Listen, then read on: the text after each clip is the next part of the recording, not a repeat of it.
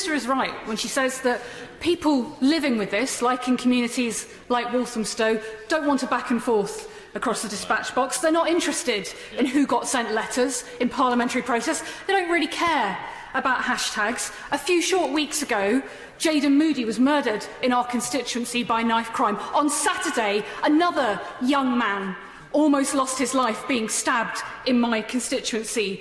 What they do see is an absent Home Secretary. What they do see is it's been members on this side of the House dragging ministers to the dispatch box, holding Westminster Hall debates about the issue of knife crime and youth violence. What they do see is an absence of police on our streets, having lost 200 in the last couple of years alone in our boroughs. An absence of youth workers, a community struggling. And they're asking me, who cares about this, Minister? They're asking whether this place cares about the lives of those young people. And when they see corporation tax being cut and no funding for youth services, I fear they see the answer.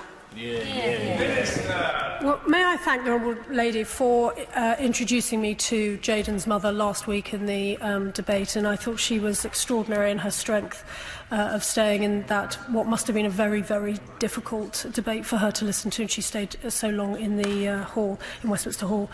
In terms of resources, we would argue that there is it isn't just about police funding, although that's important.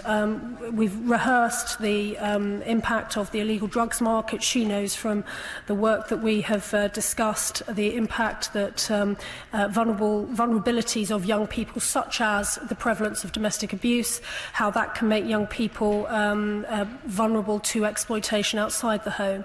There is a great deal of work going on in government on the effects of adverse childhood experiences.